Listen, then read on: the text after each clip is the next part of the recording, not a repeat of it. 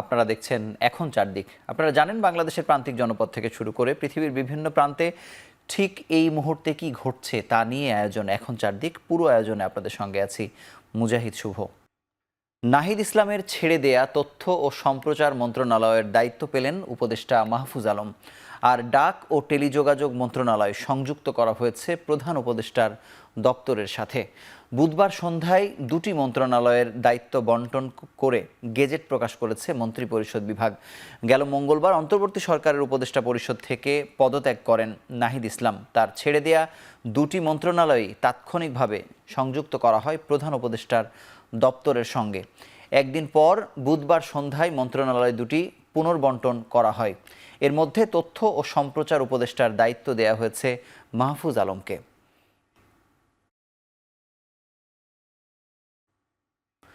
আত্মপ্রকাশ করল সাবেক সমন্বয়কদের ছাত্র সংগঠন বাংলাদেশ গণতান্ত্রিক ছাত্র সংসদ।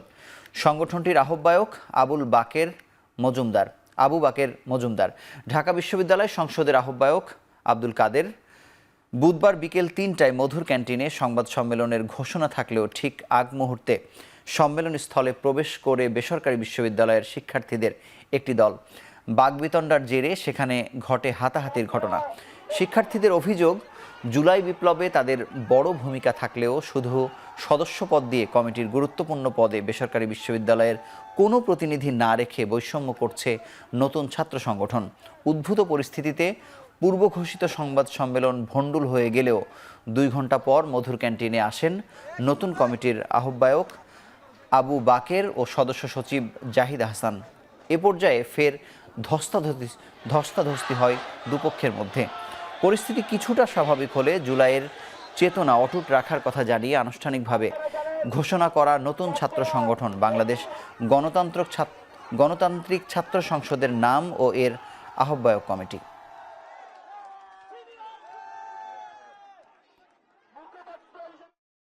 আমরা বাংলাদেশ ফার্স্ট, স্টুডেন্ট ফার্স্ট স্লোগানকে সামনে রেখে আমরা জুলাই অভ্যুত্থানের শক্তি থেকে একটি নতুন এবং ইউনিক ছাত্রদের পক্ষে ছাত্র সংগঠন ঘোষণা দিতে চাচ্ছি।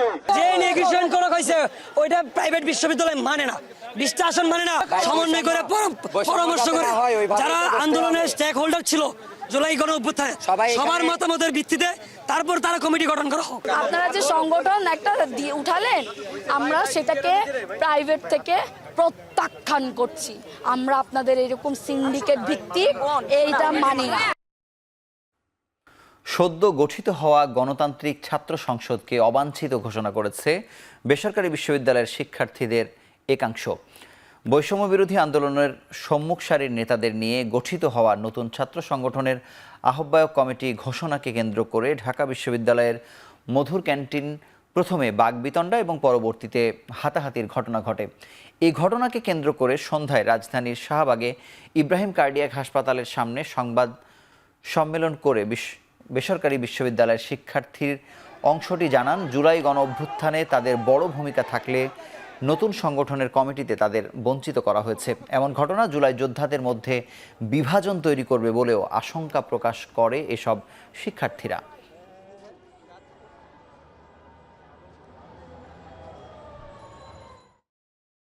প্রাইভেট বিশ্ববিদ্যালয় থেকে এটা প্রত্যাখ্যান করছি। আমরা আপনাদের এই ছাত্র সংগঠন মানি না, মানব না এবং আমরা ছাত্র সমাজ এটাকে প্রত্যাখ্যান করছি। আপনারা আমার ভাইয়ের রক্তের উপর দাঁড়িয়ে আমাদের সাথে বিট্রে করেন। আমার বুকে আপনি প্লিজ ঘুষি দেন। তাড়াহুড়া কিসের আপনাদের? আপনারা যাদের গায়ে হাত তুলেছেন এরা আপনাদের বোন, আমাদের বোন, এরাই মার খেয়েছিল আপনাদের জন্যে।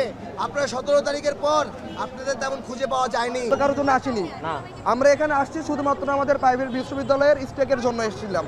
তারপরে কেন আমাদের উপর হামলা হইলো?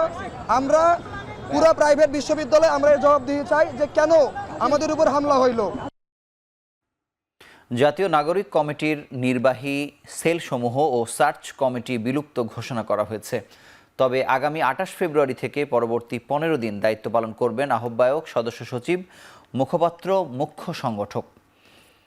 বুধবার রাতে সংবাদ বিজ্ঞপ্তির মাধ্যমে তথ্য নিশ্চিত করা হয়। এতে বলা হয়, রাজনৈতিক দলে অন্তর্ভুক্তির সাথে সাথে সংশ্লিষ্ট সদস্যপদ বাতিল বলে গণ্য হবে। বিজ্ঞপ্তিতে আরও বলা হয়, আহ্বায়ক, সদস্য সচিব, মুখপাত্র, মুখ্য সংগঠক 28 ফেব্রুয়ারি থেকে পরবর্তী 15 দিন অনানুষ্ঠানিকভাবে দায়িত্ব পালন করবেন। আগামী দিনে দেশের রাজনৈতিক পরিস্থিতি এবং জনগণের স্বার্থে জাতীয় নাগরিক কমিটি সর্বদা দৃঢ় প্রতিজ্ঞ ও সক্রিয়ভাবে কাজ করে যাবে বলেও উল্লেখ করা হয়।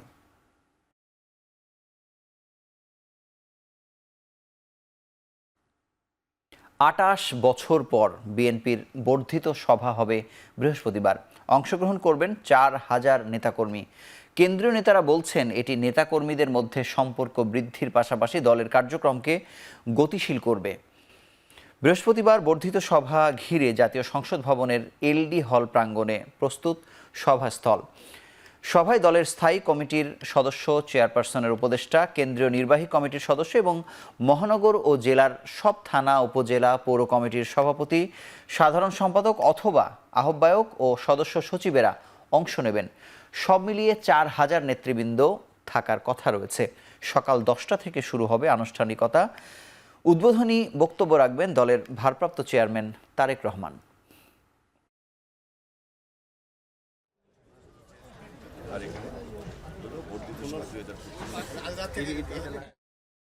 প্রায় 4000 নেতৃবৃন্দ আমাদের এই সভায় উপস্থিত হবেন। সেখানে তাদের আলাপ আলোচনা, তাদের বক্তব্যের পরিপ্রেক্ষিতে আমাদের ভারপ্রাপ্ত চেয়ারম্যান উদ্বোধনী বক্তব্যে তার মেসেজ থ্রো করবেন, যেটি আগামী দিনে আমাদের সাংগঠনিক তৎপরতাকে বৃদ্ধি করবে। আধিপত্যবাদী শক্তি তারা বসে নেই, তারা শেখ হাসিনার পরাজয়ের পরে নানাভাবেই তারা চেষ্টা করছে দেশকে অস্থিতিশীল করার জন্য। তো সুতরাং দেশের ভিতরে ঐক্য এবং ষড়যন্ত্র, ঐক্য রক্ষা করা এবং চক্রান্ত ষড়যন্ত্রকে প্রতিহত করা ইত্যাদি বিষয়েও আমাদের যে বর্ধিত সভা, সেখানে নেতৃবৃন্দরা আলোচনা করবেন। 15 বছর ধরে আওয়ামী লীগ ফ্যাসিবাদীরা ইচ্ছা করে ইতিহাস বিকৃতি করেছে, তবে সঠিক ইতিহাস কখনোই মোছা যায় না বলে মন্তব্য করেছেন বিএনপি মহাসচিব মির্জা ফখরুল ইসলাম আলমগীর। শামা ওবায়দের 3টি নতুন বইয়ের মোড়ক উন্মোচন অনুষ্ঠানে তিনি বলেন, রাষ্ট্র কাঠামোর মেরামতের জন্য 31 দফা দিয়েছিল বিএনপি। এর মধ্যে সংস্কারও রয়েছে। গণতন্ত্র প্রতিষ্ঠার লক্ষ্যে ডিসেম্বরের মধ্যে নির্বাচন দেয়ারও আহ্বান জানান মির্জা ফখরুল। এছাড়াও সকল দলমতের অংশগ্রহণের এই নির্বাচনের মাধ্যমে গণতন্ত্রের পথে এগিয়ে যাবে বাংলাদেশ বলেও জানান তিনি। আমরা আজকে এমন একটি অবস্থায় উপনীত হয়েছি যে যখন আমরা একটি ফ্যাসিবাদের অবস্থা থেকে গণতন্ত্রের উত্তরণের একটা ট্রানজিশনাল পিরিয়ডের মধ্যে আছি। দায়িত্বশীলতার সঙ্গে আমাদের ট্রানজিশনাল পিরিয়ডটাকে আমরা অতিক্রম করব। আমরা একটি সকলের কাছে গ্রহণযোগ্য নির্বাচনের মধ্য দিয়ে আমরা একটি গণতান্ত্রিক রাষ্ট্র নির্মাণ করব, ব্যবস্থা নির্মাণ করব, সমাজ নির্মাণ করব। এই লক্ষ্যে আমাদের সকলের ঐক্যবদ্ধ হয়ে এগিয়ে যাওয়া উচিত। সংস্কার দরকার, তবে আপাতত নির্বাচনমুখী কাজে জোর দেওয়ার দাবি জানিয়েছেন বিএনপির স্থায়ী কমিটির সদস্য আমির খসরু মাহমুদ চৌধুরী। গুলশানে বিএনপির চেয়ারপারসনের কার্যালয়ে ফ্রান্সের রাষ্ট্রদূত ম্যারি মাসদুপুই ও রাজনৈতিক উপদেষ্টা ক্রিশ্চিয়ান বেকের সাথে বৈঠক শেষে তিনি কথা বলেন। বৈঠকে উপস্থিত ছিলেন বিএনপির মহাসচিব মির্জা ফখরুল ইসলাম আলমগীর ও বিএনপির সাংগঠনিক সম্পাদক শামা ওবায়েদ এবং অন্যান্য নেতাকর্মীরা। পরে আমির খসরু বলেন, বাংলাদেশ ফ্রান্সের মধ্যে অর্থনৈতিক সম্পর্ক সুদৃঢ় করার লক্ষ্যে আলোচনা হয়েছে। তারা বাংলাদেশের বর্তমান রাজনৈতিক প্রেক্ষাপট নিয়ে জানতে চেয়েছেন। বাংলাদেশের রাজনৈতিক পরিবেশ দ্রুত পরিবর্তনের বিষয়ে আশা করছেন ফ্রান্সের রাষ্ট্রদূত।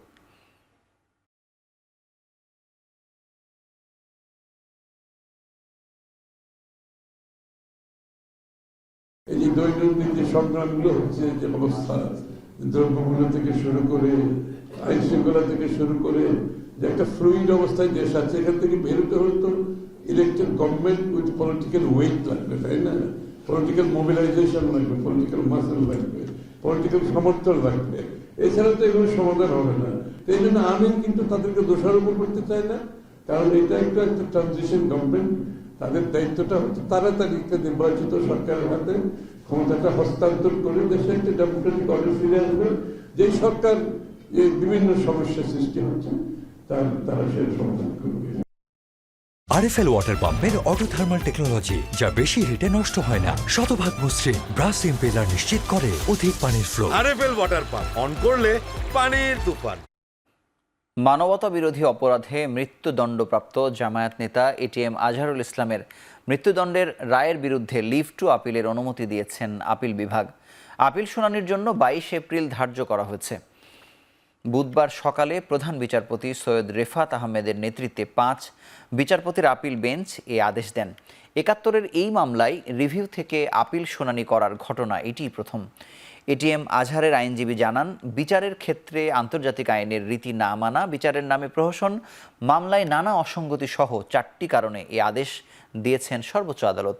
মুক্তিযুদ্ধের সময় রংপুর অঞ্চলে মানবতা বিরোধী অপরাধের দায়ে 2014 সালের 30 ডিসেম্বর এটিএম আজহারের মৃত্যুদণ্ড দেন ট্রাইব্যুনাল। এই রায়ের বিরুদ্ধে আপিল করেন জামায়াতের এই নেতা। 2019 সালের 23 অক্টোবর এটিএম আজহারের মৃত্যুদণ্ডের রায় বহাল রাখেন আপিল বিভাগ। পরে এই রায় পুনর্বিবেচনা চেয়ে আবেদন করেন আজহারুল ইসলাম।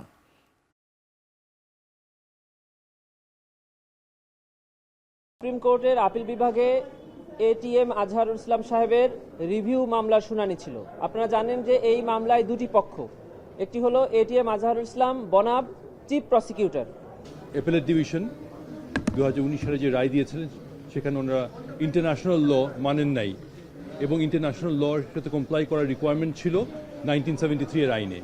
এটা খুব বড় একটা গ্রাউন্ড এবং আইনই বলা আছে মানতে হবে আন্তর্জাতিক আইন, ওনারা মানেন নাই। এই মেইন গ্রাউন্ডে রিভিউ অ্যালাউ হয়েছে। ছিনতাই, চাঁদাবাজি, দখলদারদের জামায়াতে ইসলামী ছাড় দেবে না বলে জানিয়েছেন দলটির আমির ডাক্তার শফিকুর রহমান। বুধবার বিকেলে নীলফামারীর ডোমারে উপজেলা জামায়াতের আয়োজনে পথসভায় তিনি এসব কথা বলেন। জামায়াতের এই শীর্ষ নেতা বলেন, পরিকল্পিতভাবে দেশের আইনশৃঙ্খলা পরিস্থিতির অবনতি ঘটানো হচ্ছে। এমন পরিস্থিতিতে ভোট দিলে দেশে হানাহানি, খুনাখুনি বাড়বে বলেও শঙ্কা প্রকাশ করেন তিনি। স্থানীয় সরকার ভেঙে দেয়ায় মানুষের জনদুর্ভোগ হচ্ছে জানিয়ে পরিস্থিতি বিবেচনায় দ্রুত স্থানীয় সরকার নির্বাচনের দাবি তোলেন ডাক্তার শফিকুর রহমান।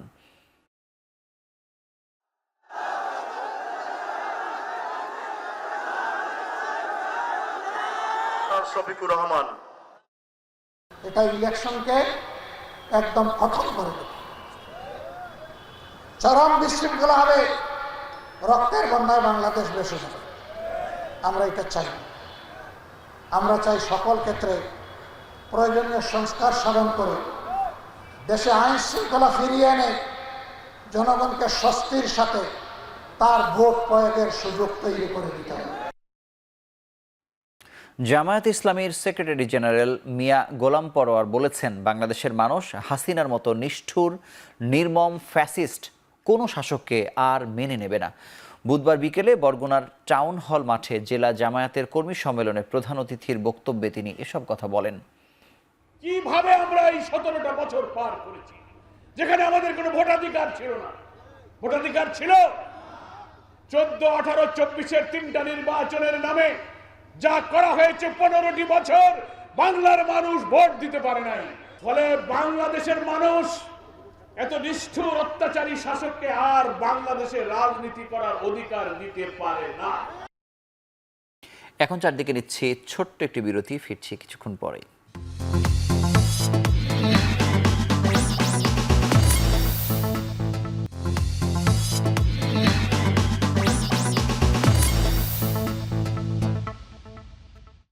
ফিরে এলাম বিরতির পর। আপনারা দেখছেন এখন চারদিক। রাশিয়ার সাথে পারমাণবিক শক্তি সহযোগিতা সম্প্রসারণে বাংলাদেশ আগ্রহী বলে জানিয়েছেন প্রধান উপদেষ্টা ডক্টর মোহাম্মদ ইউনূস। শান্তিপূর্ণ পারমাণবিক প্রযুক্তিতে অভিন্ন স্বার্থ এবং অগ্রগতির ওপর জোর দিয়ে তিনি বলেন, রাশিয়ার সহায়তার জন্য অপেক্ষা করছে বাংলাদেশ। বুধবার যমুনায় রোসাটমের মহাপরিচালক অ্যালেক্সি লিখাচেভের সাথে বৈঠকে তিনি একথা বলেন। বৈঠকে রূপপুর পারমাণবিক বিদ্যুৎ কেন্দ্র উন্নয়নে বাংলাদেশ ও রাশিয়ার মধ্যে অব্যাহত সহযোগিতা নিয়ে আলোচনা হয়। বিদ্যুৎ কেন্দ্র নির্মাণে রাশিয়ার অব্যাহত সহায়তার প্রশংসা করেন প্রধান উপদেষ্টা। পাশাপাশি বাংলাদেশের ক্রমবর্ধমান জ্বালানি চাহিদা মেটানোর লক্ষ্যে প্রকল্পটি সময় মতো সম্পন্ন করার ওপরও জোর দেন তিনি। রোসাটমের মহাপরিচালক লিখাচেভ একদিনের জন্য বাংলাদেশ সফরে আসছেন। সবশেষ 2024 সালের এপ্রিলে বাংলাদেশ সফর করেছিলেন তিনি।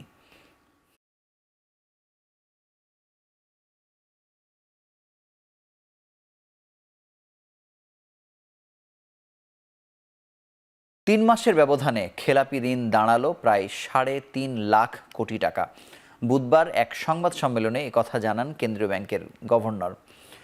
গভর্নর জানান, মোট ঋণ ও অগ্রিমের পরিমাণ 17,11,401 কোটি টাকা। ডিসেম্বর শেষে খেলাপি ঋণ 3,45,764 কোটি টাকা। সে হিসেবে সেপ্টেম্বর থেকে ডিসেম্বর পর্যন্ত খেলাপি ঋণ বেড়েছে 60,787 কোটি টাকা। খেলাপি ঋণ বাড়ার পেছনে ব্যাংকের নতুন ঋণ বিতরণ, নবায়ন করা কমা সহ বিভিন্ন কারণ উল্লেখ করা হয়েছে। জানানো হয়, বাংলাদেশ ব্যাংকের ব্যাংক পরিদর্শন বিভাগ আলোচিত বড় খেলাপিদের ঋণ খেলাপি ঘোষণা করেছে। এছাড়া সার্বিক পরিস্থিতি নিয়ে গভর্নর জানান, রিজার্ভের পরিস্থিতি উন্নতি হয়েছে, ফলে 2024-25 অর্থ বছরের প্রথম 2 প্রান্তিকে IMF-এর শর্ত পূরণ হয়েছে, চলতি প্রান্তিকেও হবে। শ্রেণীকৃত ঋণের পরিমাণটা বেড়ে যাচ্ছে। বর্তমানে এটা 20.2% পৌঁছেছে ডিসেম্বর মাসে। এটা সেপ্টেম্বরে যেটা ছিল 16.93, এটা ছিল 16.9 থেকে এখন 20.2 গিয়েছে এই কোয়ার্টারে। পরিমাণটাও বেড়ে গেছে, অবশ্যই একই সাথে বাড়বে, সেটাই স্বাভাবিক। 3,45,000 কোটির উপরে এখন বর্তমানে এটার স্থিতি, এবং এটাও গত সেপ্টেম্বরে এটা ছিল 2,85,000-এর মতো। সরকারি প্রাথমিক বিদ্যালয়ে 62 জেলার 150 উপজেলা চিহ্নিত করে সপ্তাহে 5 দিন মিড ডে মিল চালু করা হবে বলে জানিয়েছেন প্রাথমিক ও গণশিক্ষা উপদেষ্টা ডাক্তার বিধান রঞ্জন রায়। রাজধানীর BICC-তে শিক্ষার হালচাল ও আগামীর ভাবনা শীর্ষক মতবিনিময়ে তিনি বলেন, প্রাথমিকে অদক্ষতা, ফাঁকিবাজি এবং দুর্নীতির কারণে নীতিমালা বাস্তবায়ন হচ্ছে না। উপদেষ্টা বলেন, প্রাথমিক শিক্ষার মান বাড়াতে পারলে শিক্ষায় সামাজিক বৈষম্য দূর করা সম্ভব। এ সময় বক্তারা শিক্ষায় বিনিয়োগ বাড়ানোর পাশাপাশি কর্মমুখী শিক্ষার বিষয়ে গুরুত্বারোপ করেন। সেই সাথে এই খাতে পর্যাপ্ত বাজেট প্রণয়নেরও দাবি জানান তারা।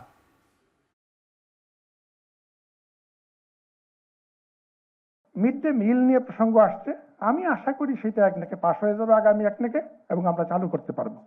প্রথম পর্যায়ে আমরা 150টা উপজেলা বাছাই করব 62টা ডিস্ট্রিক্ট থেকে, কারণ 2টা ডিস্ট্রিক্টে অন্য একটা প্রকল্পে মিড ডে মিল চালু হয়ে যাচ্ছে। ফলে আর বাকি 62টা ডিস্ট্রিক্ট থেকে আমরা 150টা উপজেলা চিহ্নিত করব। এই উপজেলাগুলো আমাদের BDS এর যে জরিপ আছে, সেই জরিপে দারিদ্র্যের যে ইন্ডেক্স আছে সেই অনুযায়ী আমরা বাছাই করছি। যে আগামী দিনের যে চাহিদা আমাদের লেবার মার্কেটে আসবে, সেই চাহিদার সাথে আজকের আমরা যে এডুকেশন আমাদের এই যে বাচ্চারা এখানে বসা আছে তাদেরকে দিচ্ছি, সেটা কি তাদেরকে এমপ্লয়েবিলিটি দিবে কিনা, তার শিক্ষা অনুযায়ী যে কাজটা তার পাওয়ার কথা সেই কাজটা সে পাচ্ছে কিনা, এইটাই কিন্তু বিবেচনা করতে হবে। গবেষণা কার্যক্রম পুস্তকে সীমাবদ্ধ না রেখে বাস্তবিক প্রয়োগের তাগিদ দিলেন পরিবেশ উপদেষ্টা সৈয়দা রিজওয়ানা হাসান। চট্টগ্রাম বিশ্ববিদ্যালয়ে দিনব্যাপী গবেষণা ও উদ্ভাবন মেলায় তিনি একথা বলেন। দিনব্যাপী আয়োজনে বিশ্ববিদ্যালয়ের 7 অনুষদের 47 বিভাগ, 34টি ল্যাবরেটরি এবং 15টি ইনস্টিটিউট গবেষণাপত্র উপস্থাপন করে। নতুন গবেষক তৈরি ও গবেষণায় আগ্রহী করে তুলতে Chittagong university research and higher studies society এই মেলার আয়োজন করে। এতে জামাল নজরুল ইসলাম গবেষণা পদক দিয়ে সেরা গবেষক ও উদ্ভাবককে সম্মাননা জানানো হয়। পরিবেশ উপদেষ্টা বলেন, সরকার যেভাবে চায় অনেক সময় গবেষকরা সেভাবেই গবেষণার ফলাফল উপস্থাপন করেন। এরকম হওয়া উচিত নয়।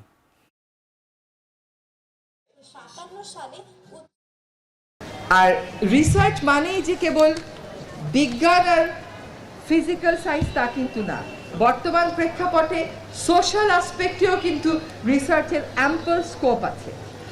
আমরা কেমন করে জলবায়ুর প্রভাব নিরূপণ করব বলেন, মোকাবেলা করব, যদি আমরা গবেষণা না করি? গবেষক মানেই যে কেবলমাত্র শিক্ষক তা কিন্তু না, বাংলাদেশের অনেক কৃষকও কিন্তু রিসার্চ করে, জানেন, নতুন নতুন প্রজাতির ভ্যারাইটি তারা বের করে না।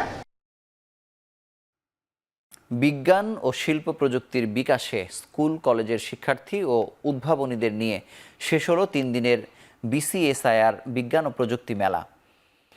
বুধবার সকাল থেকে বাংলাদেশ বিজ্ঞান ও শিল্প গবেষণা পরিষদের ধানমন্ডি ক্যাম্পাসে 3 দিনের এই বিজ্ঞান ও শিল্প প্রযুক্তি মেলা শুরু হয়েছিল। দেশের বিভিন্ন শিক্ষা প্রতিষ্ঠানের 2 শতাধিক শিক্ষার্থী 68টি উদ্ভাবনী প্রকল্প নিয়ে মেলায় অংশ নেন। এছাড়াও বিজ্ঞান ও প্রযুক্তি মন্ত্রণালয়ের কয়েকটি প্রতিষ্ঠান ও মেলায় উপস্থিত দর্শনার্থীদের জন্য তাদের কার্যক্রম তুলে ধরেন। আগামী দিনে দেশের বিজ্ঞান ও শিল্প প্রযুক্তি খাতে অবদান রাখতে চায় ক্ষুদে বিজ্ঞানীরা।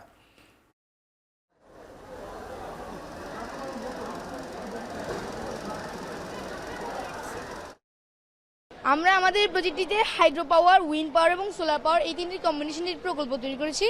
এই প্রকল্পটি আমাদেরকে ইলেকট্রিক ঘাটতি পূরণ করতে সাহায্য করবে। সরকারের কাছে বলবো আমাদের এই প্রজেক্টটি যেন বাস্তবায়ন করা হয়, তাহলে আমাদের বাংলাদেশে আর কোনো ইলেকট্রিসিটি ঘাটতি থাকবে না। বিজ্ঞান মেলা দেখে বিভিন্ন প্রযুক্তির উপর উদ্বুদ্ধ হতে পারি, যেগুলো আমরা ভবিষ্যৎকালে বাস্তবায়নে আরো উদ্বুদ্ধ হব, যার ফলে আমরা আমাদের দেশকে আরো এগিয়ে নিয়ে যাব। সমুদ্র বিজ্ঞানকে এবং সমুদ্র ওশনোগ্রাফি কী ধরনের কাজ করে থাকে সেটা কি জনসাধারণের সামনে প্রেজেন্ট করার জন্য আমরা আসছি আসলে।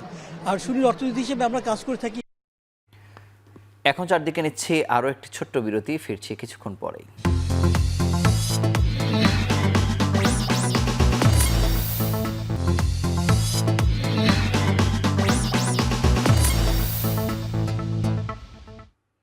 আবারও ফিরে এলাম বিরতির পর। আপনারা দেখছেন এখন চারদিক। সিটি কর্পোরেশনের সমস্যা নিয়ে সংশ্লিষ্ট এলাকায় নগর আড্ডার পরিকল্পনা করা হচ্ছে বলে জানিয়েছেন ঢাকা উত্তর সিটি কর্পোরেশনের প্রশাসক মোহাম্মদ এজাজ। গুলশান নগর ভবনে একটি ন্যায্য ও অংশগ্রহণমূলক শহর গড়ায় শহরের ভাষা শীর্ষক আলোচনা সভায় তিনি বলেন, নাগরিকদের নিজ নিজ ভাষা চর্চা অবাধ রাখতে প্রাতিষ্ঠানিক যে কোনো ধরনের সহায়তা দিতেও উদ্যোগ নেবে কর্পোরেশন। আরও বলেন, পাবলিক স্পেসগুলো জনগণের জন্য খুলে দেওয়ার কাজ করা হচ্ছে। এছাড়া সিটি কর্পোরেশনের পরিচ্ছন্নতা কর্মীদের ভাতা কোনো মাধ্যম ছাড়া সরাসরি পরিশোধ করার উদ্যোগ নিচ্ছে বলেও জানান উত্তরের প্রশাসক মোহাম্মদ এজাজ। অতিরিক্ত দামে ট্রলি সহ মালামাল কেনাকাটার অভিযোগে বেসামরিক বিমান চলাচল কর্তৃপক্ষ বেবিচকে অভিযান দুদক টিমের, কিন্তু অভিযানে অসহযোগিতা ও সাংবাদিকদের প্রবেশে বাধা দেওয়ার অভিযোগ বেবিচকের বিরুদ্ধে। বুধবার দুপুরে কুর্মিটোলায় বেবিচক কার্যালয়ে অভিযান চালায় দুদক। অভিযানে সাংবাদিক প্রবেশে বাধা দেয় বেবিচক কর্তৃপক্ষ। পরে সংস্থাটির নির্বাহী পরিচালক রেজাউল খানের সঙ্গে কথা বলতে চাইলে তিনি রুম বন্ধ করে বসে থাকেন। এ সময় নথি দেখাতে সময়ক্ষেপণ সহ অসহযোগিতার অভিযোগ ওঠে তাদের বিরুদ্ধে। বেবিচকের বিরুদ্ধে অভিযোগ প্রায় $7.5 কোটি টাকায় হাজারখানেক ট্রলি কেনে সংস্থাটি, যা $160 বিপরীতে প্রায় $300 কেনা দেখিয়ে অর্থ হাতিয়ে নেয়ার প্রাথমিক প্রমাণ পায় দুদক। এছাড়া টেন্ডারের ক্ষেত্রেও অসৎ উপায় অবলম্বন করা হয়েছে বলে প্রাথমিক প্রমাণ পেয়েছে দুদক। সংস্থাটি বলছে, এসব অভিযোগ বিবেচনা করে তাদের বিরুদ্ধে ব্যবস্থা নেওয়া হবে। প্রাথমিকভাবে আমার মনে হয়েছে রিটেন্ডার করা দরকার ছিল, যেহেতু প্রোডাক্টগুলা দাম কম বেশি দিয়ে কেনা হয়েছে বলে অভিযোগ আছে এবং মাত্র 3 জন বিডার। এ ধরনের প্রোডাক্টে আরও অনেক বেশি বিডার থাকার দরকার ছিল। $160 হওয়ার কথা, তো এগুলা $370 কেনা হয়েছে। নির্দিষ্ট কর্তৃপক্ষ যে এক্সিকিউটিভ ডিরেক্টর, যে ওনাকে আমরা বলেছি যে গণমাধ্যম কর্মীরা আছে, ওনারা কিন্তু ভিতরে ঢুকতে পারতেছে না, গাড়ি নিয়ে ওয়েট করতেছে। তো ওনারা বলছে যে বেবিচকের চেয়ারম্যান মহোদয়ের সাথে কথা হয়েছে, এই ব্যাপারে ওনারাই সিদ্ধান্ত নেবে, উনি কোনো সিদ্ধান্ত নিতে পারবে না, এই ব্যাপারে উনি কথা বলতে পারেন। শিল্পে ও ক্যাপটিভে প্রতি ঘনমিটার গ্যাসের দাম বাড়িয়ে দ্বিগুণেরও বেশি করার প্রস্তাব দিয়েছে গ্যাস বিতরণ কোম্পানিগুলো। তবে এ প্রস্তাবে কোনো কাটছাঁট না করলেও বরং গ্যাসের মূল্যের ওপর সরকারের রাজস্ব কমানোর সুপারিশ কারিগরি কমিটির। বুধবার বিইআরসির গণশুনানিতে ব্যবসায়ীরা বলছেন, দাম বাড়লে চাপে পড়বে উৎপাদন খাত। আর দাম বাড়ানোর প্রতিবাদে মাঠে থাকার ঘোষণা দিয়ে শুনানি বর্জন ক্যাব ও তেল গ্যাস রক্ষা কমিটির। শিল্পে 30 টাকা ও ক্যাপটিভে 31 টাকা 50 পয়সা বাড়িয়ে 75 টাকা 72 পয়সা নির্ধারণের প্রস্তাব দেয় গ্যাস বিতরণ কোম্পানিগুলো।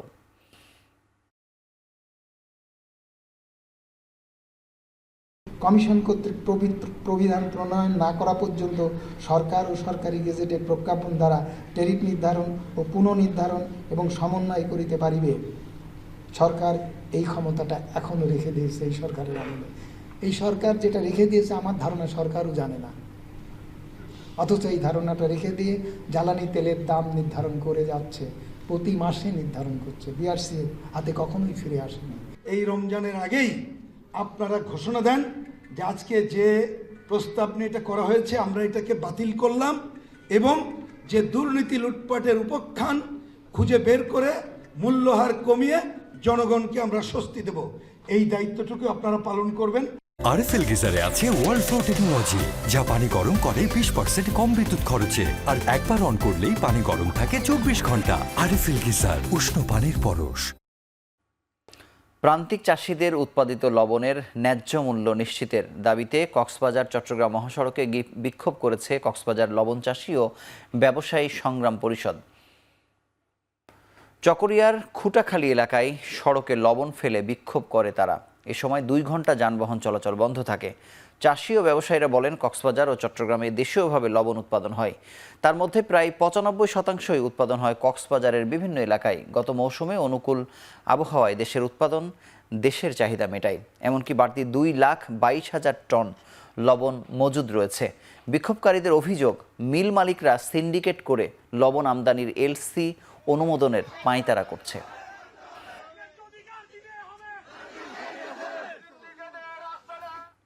সাজেকে আগুনের ঘটনায় গঠিত 5 সদস্যের তদন্ত কমিটি ক্ষতিগ্রস্ত এলাকা পরিদর্শন করেছেন। বুধবার বেলা 12টার দিকে ঘটনাস্থলে এসে চারপাশে ঘুরে দেখে তদন্ত দলটি। বৈদ্যুতিক শর্ট সার্কিট, রান্নার চুলা অথবা সিগারেটের আগুন থেকে এই আগুন লাগতে পারে বলে প্রাথমিকভাবে ধারণা করছে তদন্ত কমিটির সদস্যরা। এর আগে আগুনে পুড়ে ক্ষতিগ্রস্ত 36টি ত্রিপুরা ও লুসাই পরিবারের মাঝে ত্রাণ ও নগদ অর্থ সহায়তা করে উপজেলা প্রশাসন। এদিকে বিধিনিষেধ প্রত্যাহারের পরেও পর্যটক শূন্য মেঘের রাজ্য সাজেক। অনেকেই বাতিল করেছেন অগ্রিম বুকিং। গত সোমবার অবকাশ রিসোর্টের পাশ থেকে আগুনের সূত্রপাত, মুহূর্তেই ছড়িয়ে পড়ে আগুনের লেলিহান শিখা। সম্ভব অনেকগুলো কারণ থাকতে পারে, হতে পারে শর্ট সার্কিট অথবা সিগারেটের পরিত্যক্ত অংশ থেকেও হতে পারে। আর যেহেতু আপনারা জানেন যে রিসোর্টগুলো ইন্টেরিয়র করা থাকে, দাহ্য পদার্থ আশেপাশে থাকে, সেখান থেকেও হতে পারে। আমরা সবগুলো কারণই খতিয়ে দেখছি এবং আমরা আমাদের প্রতিবেদন সেটা বিস্তারিত উল্লেখ করব। 4 দিনের সফরে আগামী 13 মার্চ ঢাকায় আসছেন জাতিসংঘ মহাসচিব অ্যান্তোনিও গুতেরেস। জাতিসংঘে বাংলাদেশের স্থায়ী মিশনের বিজ্ঞপ্তিতে এ তথ্য জানানো হয়েছে।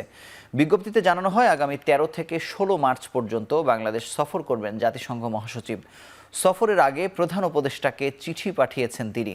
সফরে রোহিঙ্গা ইস্যুতে আলোচনা ও সহযোগিতার আশ্বাস দেওয়া হয়েছে। এর আগে প্রধান উপদেষ্টা রোহিঙ্গা ও অগ্রাধিকার ইস্যু বিষয়ক বিশেষ দূত ডক্টর খলিলুর রহমান 7 ফেব্রুয়ারি নিউ ইয়র্কে জাতিসংঘ মহাসচিবের সঙ্গে সাক্ষাৎ করে ডক্টর ইউনূসের পাঠানো আমন্ত্রণপত্র হস্তান্তর করেন।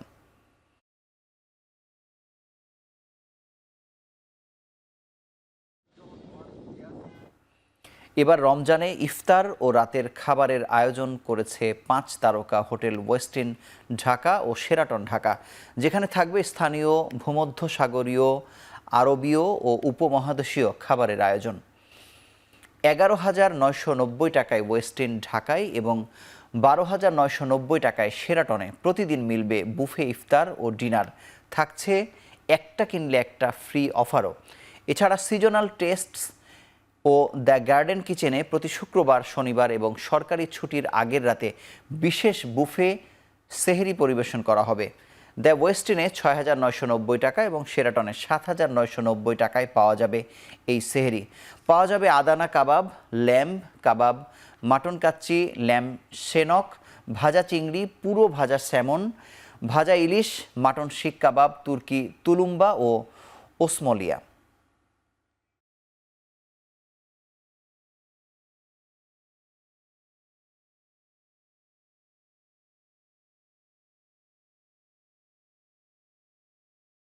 এখন চারদিকে নিচ্ছি আরও একটি ছোট্ট বিরতি, ফিরছি কিছুক্ষণ পরেই।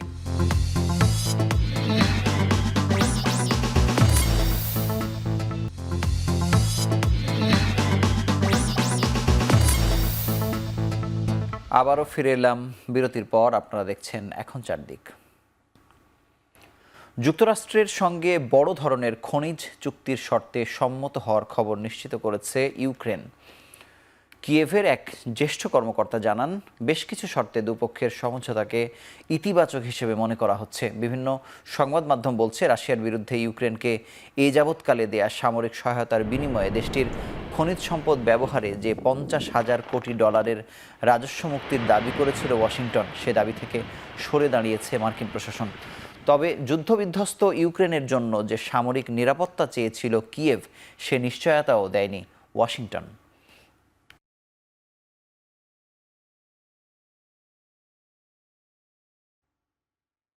যুক্তরাষ্ট্রের নাগরিকত্ব বা স্থায়ী বাসিন্দা হতে প্রয়োজন হবে $50 লাখ মার্কিন। বিদেশি ও অভিবাসীদের জন্য গোল্ড কার্ড চালুর ঘোষণা দিয়েছেন ট্রাম্প। আগামী 2 সপ্তাহের মধ্যে নতুন এই প্রক্রিয়া চালু হবে। এটি গ্রিন কার্ডের সুবিধা সম্বলিত একটি নতুন সংস্করণ। ট্রাম্প বলেন, বিদেশি ও অভিবাসীদের জন্য গোল্ড কার্ড বিক্রি করবে যুক্তরাষ্ট্র। এর মাধ্যমে বিত্তশালীরা যুক্তরাষ্ট্রে আসলে একদিকে করের আওতা বাড়বে এবং অন্যদিকে তৈরি হবে কর্মসংস্থান।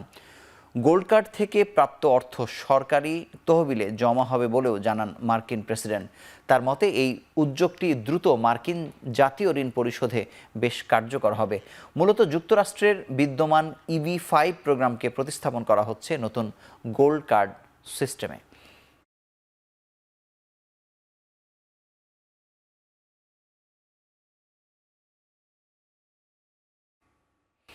আঞ্চলিক ও দ্বিপাক্ষিক বিষয় নিয়ে আলোচনা হয়েছে ইরান ও রাশিয়ার মধ্যে। গেল মঙ্গলবার একদিনের সফরে ইরান গেছেন রুশ পররাষ্ট্রমন্ত্রী সের্গেই ল্যাভরভ। এ সময় তিনি দেশটির প্রেসিডেন্ট মাসুদ পেজেশকিয়ান ও পররাষ্ট্রমন্ত্রী আব্বাস আরাকচির সঙ্গে সাক্ষাৎ করেন। বৈঠকে দুই দেশের পারস্পরিক বিষয়ে আলোচনার পাশাপাশি ইরানের পরমাণু কর্মসূচি ও তেল শিল্প নিয়েও কথা হয়। ইসলামিক প্রজাতন্ত্র ইরানের আয়ের প্রধান উৎস তেল। দেশটির পারমাণবিক অস্ত্র তৈরির প্রক্রিয়া বন্ধ করতে অপরিশোধিত তেল রপ্তানি শূন্যের কোটায় নামিয়ে আনতে চায় ট্রাম্প প্রশাসন। মার্কিন নিষেধাজ্ঞার একদিন পরই দেশটিতে সফরে গেলেন রুশ পররাষ্ট্রমন্ত্রী।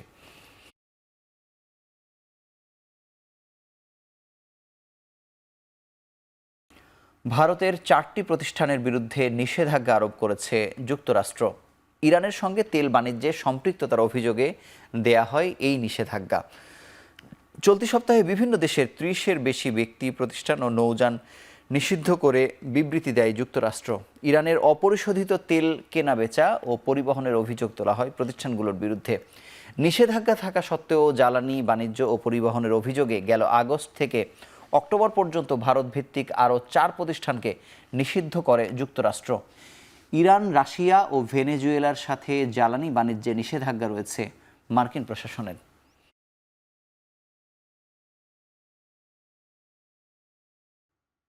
শুরু হলো দক্ষিণ পূর্ব এশিয়ার সবচেয়ে বড় ও দীর্ঘ সামরিক মহড়া।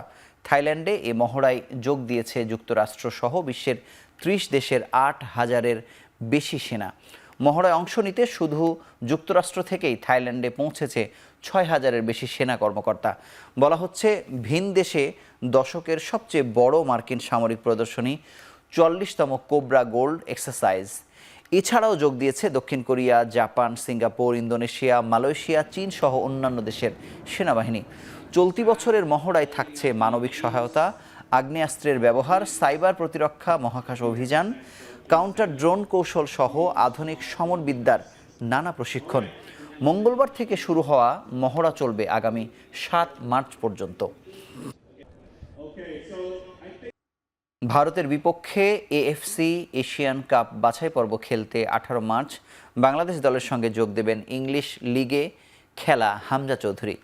ইতালিয়ান লিগে খেলা ফাহমিদুল ইসলাম যোগ দেবেন সৌদি আরবে ক্যাম্প চলাকালে। বুধবার বিষয়টি নিশ্চিত করেছেন জাতীয় দলের ম্যানেজার আমির খান। কোচ যাই যাদেরকে মনে করবে তাদেরকে নিয়ে আমরা ফ্লাই করব এখানে সৌদিতে। সেখান থেকে আমাদের সৌদিতে আবার ফাহমিদুলের জয়েন করার ব্যাপারটা আছে 10 তারিখে। সে যদি ওখানে পারফর্ম করতে পারে, যদি টিমের সাথে সে থাকতে পারবে। আমাদের প্রস্তুতি ম্যাচ খেলার জন্য আমরা ওখানে আপাতত যোগাযোগ করেছি, ক্লাব দলের সাথেও যোগাযোগ হয়েছে এবং ওখানে হয়তো যদি কোনো দেশকেও পাই আমরা সেখানে, যেমন গতবারে আমরা সুদানকে পেয়েছিলাম।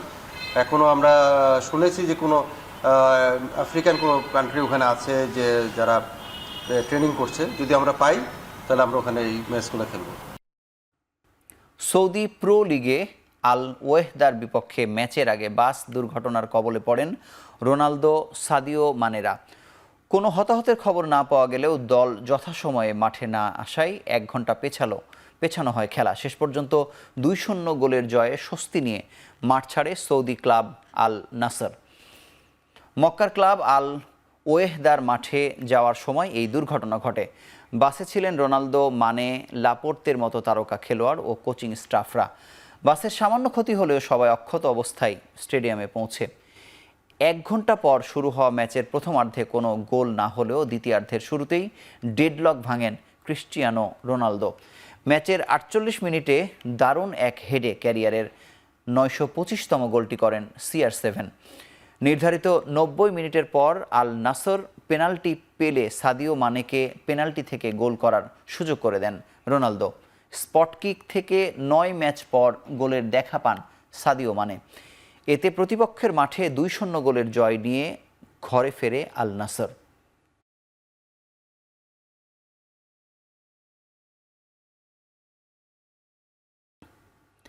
শেষ করছি এখন চারদিক। দীর্ঘ সময় সঙ্গে থাকার জন্য ধন্যবাদ। শুভরাত্রি।